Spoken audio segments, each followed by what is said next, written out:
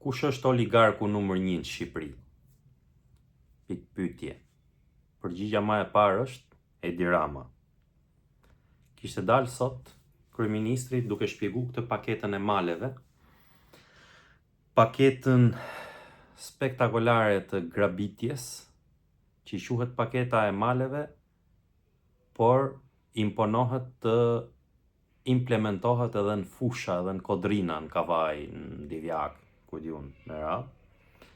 Dhe ndër të tjera për t'u hedh hi syve idiotëve, se kështu e ka ky kur ndërmerr një hap grabitje, del vet, sepse nuk kanë më këta, nuk ka njeri më kush të mashtrojnë, edhe ustaj kësaj pune është vetaj, edhe del edhe shtrohet gjujmë me njerëzit, edhe ju shpjegon i thot që nuk ka oligark, thot këta, sepse oligarku thot është dikush që vendos. Këta thot janë biznese, thot që fitojnë, ndërtojnë, fitojnë, po pak a shumë kështu ka thënë sot pra.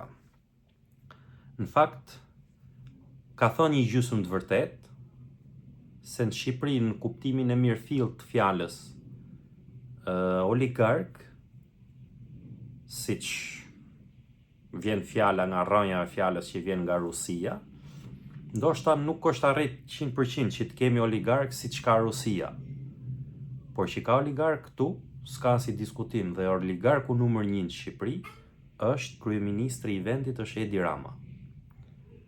Dyshohet se pas çdo koncesioni, pas çdo koncesione 30 vjeçare, ka hisën e tij.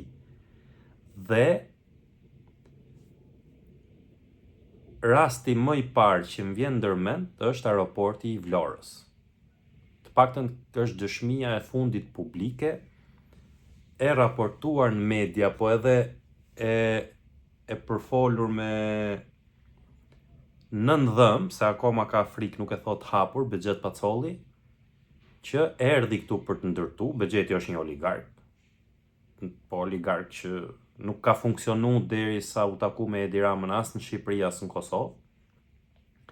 Erdhi këtu me një ortak, ky 98%, 2% ortaku, dhe deshën, po duan, po vën jetë një plan për t'ja marrë biznesin, për t'ja marrë aeroportin. Pra, ati që ka 98% do ja marrë ky që ka 2%, ky që ka qenë ai Valoni.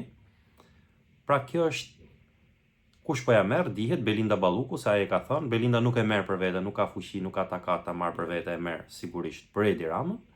Ja, ky është oligarku numër 1. Tjetra, ku mashtron ky, është se thot oligarkët thot vendosin, thot kurse këta thot me vendosin, ai ka parasysh që marrin vendime duke ja diktu qeverisë, duke ja diktu ekzekutivit. Ta marrim tani me radhë, ka raste ky që kanë vendos oligarkët, ka sa dush. Është hera e parë në historinë e Republikës Shqipërisë në 35 vite që parlamenti ka bërë ligj me emër personit veçantë. Dhe është ligji i famshëm Fusha. Ligji që erdhi për të shem teatrin kombëtar, godinën historike teatrit kombëtar, për ta grabit pronën e teatrit kombëtar, për t'ia dhënë një oligarku për të ndërtu kull. Sigurisht me 99% me hise të krye oligarkut. Pra, krye oligark është Edi Rama. Tani, raste tjera që oligarkët kanë vendos, se thot s'kanë vendos, kë nuk vendosin oligarkët, thot ky thot, këta janë biznesmen, thot që fitojnë. Ne kemi sot një njeri që ky e ma peng nuk e lëshon para drejtësisë për një aferë, i heqim tjerat, po për një më kryesore, tunelin e Llogaras 50 milion euro. Afera korruptive e tunelit Llogaras është një vepër publike e ndërtuar me porosi që kanë vendos oligarkët. U ndërtu resortet turistike, u shkatru peizazhi i Rivierës, i bregut, dhe u hap tuneli për t'ju shërbyer atyre. Pra, ai tunel që është hap në llogara nuk ka në leverdi tjetër ekonomike, pra le llogaran jashtë, le gjitha këto peizazhet e bukura, pra që turizmi nuk fillon, nuk është vetëm ujë edhe rër atje, po është edhe mali, që një nga gjërat më të veçanta që ka Riviera jon, është ajo që ka majin e malit llogaras atje dhe në fund ka direkt deti. Dhe kjo shihet duke shku me kalim nga llogaraja. E shmangu këtë Edi Rama, sepse e vendosën oligarkët, donin që të kishte tunel edhe të dalë tuneli direkt ke vilat e atyre. Nuk e di a vetëm për këto vilat e Manës apo për gjitha, po atje s'ka ndërtu vetëm ky, ka ndërtu të gjithë oligarkët, që sigurisht ky ka hisen e vet. Ju shifeni vet, kudo që shkojnë ndërtojnë oligarkët, përpara shkojnë, bëjnë ndërtesa, bëjnë godina, bëjnë gjëra gjigante përpara dhe pa pritur shkon investimi shtetëror. Dhe ka një rast tjetër që doli tani afër, që ky që thot s'ka oligark, ka dal një lajm para 2-3 ditësh që ja ka vënë ujësjellsin e Durrësit, ja ka vënë në shërbim Alabarit. Pra grabiti pronën e shqiptarëve, pronën publike, portin, ja dha në mënyrë korruptive Alabarit dhe me taksat e shqiptarëve do t'i çojnë dhe do t'i përgatisë të gjithë infrastrukturën, sepse e kanë nënshkruar me dokumenta ai, du ujë, du infrastrukturë, du rrugë, du qarkullim, du linjën e hekurudhore, gjitha. E ka detyru, ka vendos Alabari, po Alabari nuk është vetëm, aty ka hise edhe ky. Pra prap del ky që është krye oligarku. Dhe jo se s'ka oligark, edhe Alabari është oligark i mirëfillt, na e dim këtë. I ku dhe një rast tjetër, ku ky është krye oligark. Dhe ka oligark në Shqipëri, jo se s'ka, po është vetë ky dhe siç duket këto tjerë, normal ka drejt që thot nuk janë ata, thot se ata s'vendosin, se vendos ky për ata. Pra ata janë prestanomet këtij, edhe ky vendos. Tani kemi ligj tjetër, se e gjeta dhe ca dhëna tani. Para ca kohësh, parlamenti ka miratu pa zhurmë ndryshimet për një ligj të koncesioneve, propozu nga ky deputeti i PS-s, Lear Duraj, nduket është ky që ka këtë Bolvoj naftën, çfarë është ajo, të cilat i kanë dhënë, dohon është bërë një ligj, një akt ad personam, latinisht personal, është bërë një ligj personal, pra është vendos nga oligarkët. Edhe bëj fjalë për këtë koncesionin e rrugës Kashar Lekaj dhe Lekaj Fier, ligji ekzistus, i ka pas deturu kompani që fitojnë kontrata koncesionare të ngrinë garanci sigurimin e kontratës një shumë prej 5% e vlerës totale të koncesionit. Pra, 5% e vlerës totale të koncesionit ka qenë me ligj përpara që duhet të ngrihej për llogari të shtetit.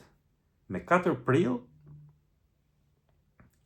vendos parlamenti e ulin sigurimin e kontratës nga 5% të vlerës koncesionit, 5% të vlerës së ndërtimit. Pra i përjashtojnë fitimet.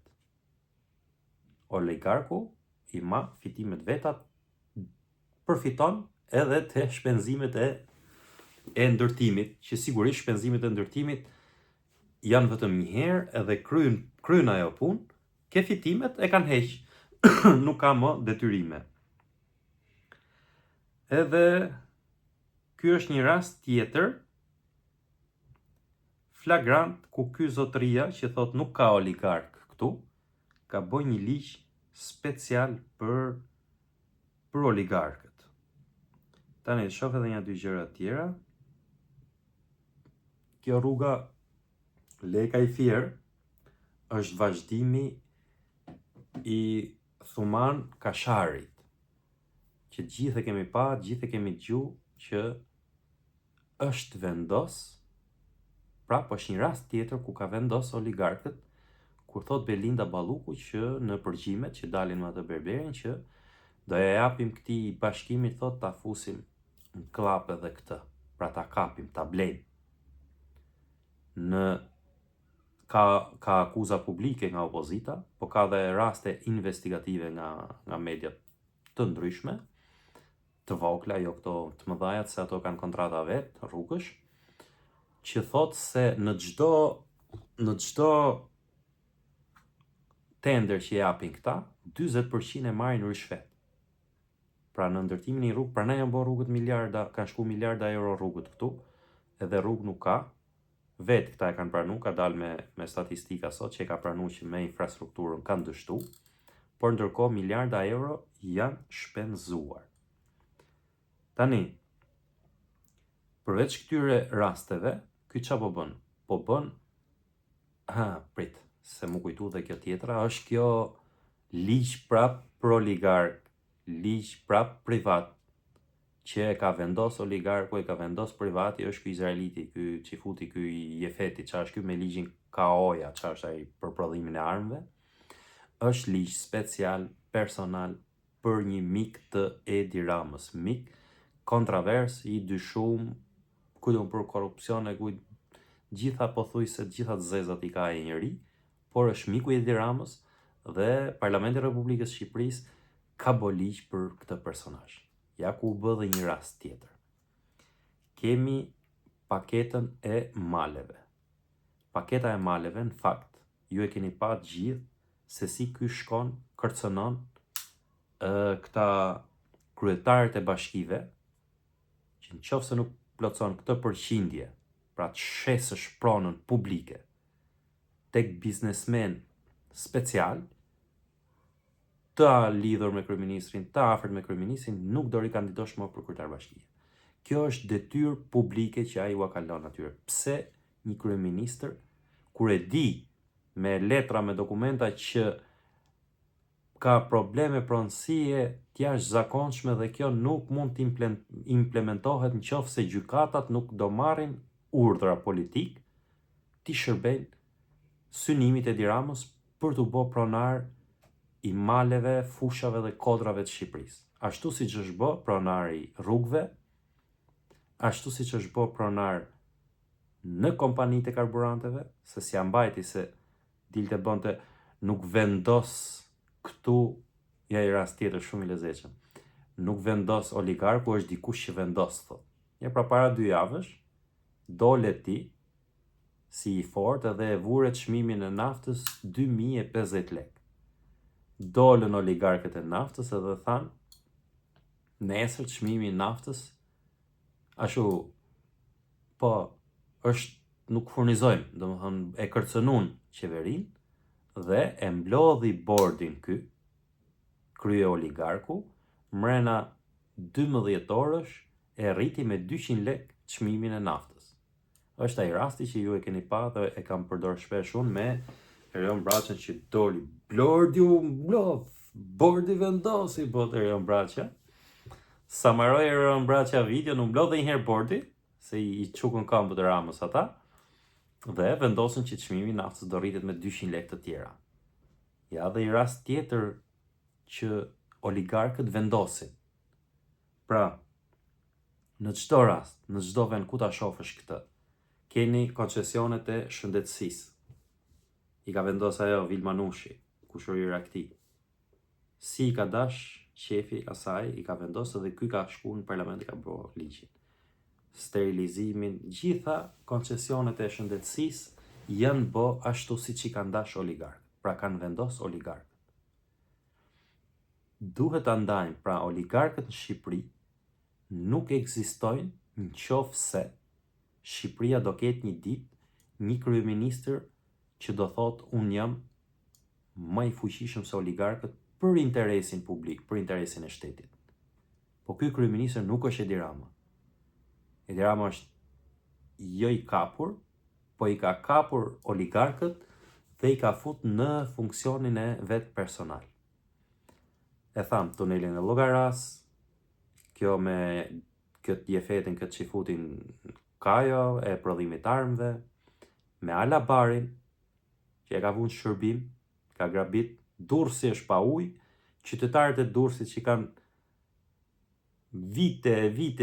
vite që thahen për ujë, nuk kanë ujë, do rrinë tani në do shohin se ujësjellësi Durrësit ka përjaçu ujë 24 orë biznesit oligarkut, biznesit Alabarit, ata prap do zhuriten atje më tonë, të shkojnë t'i japin votën asaj Sakos e këtij Sakos tjetër këtu në Tiranë, Ramës, sepse do t'i shërbejnë oligarkut.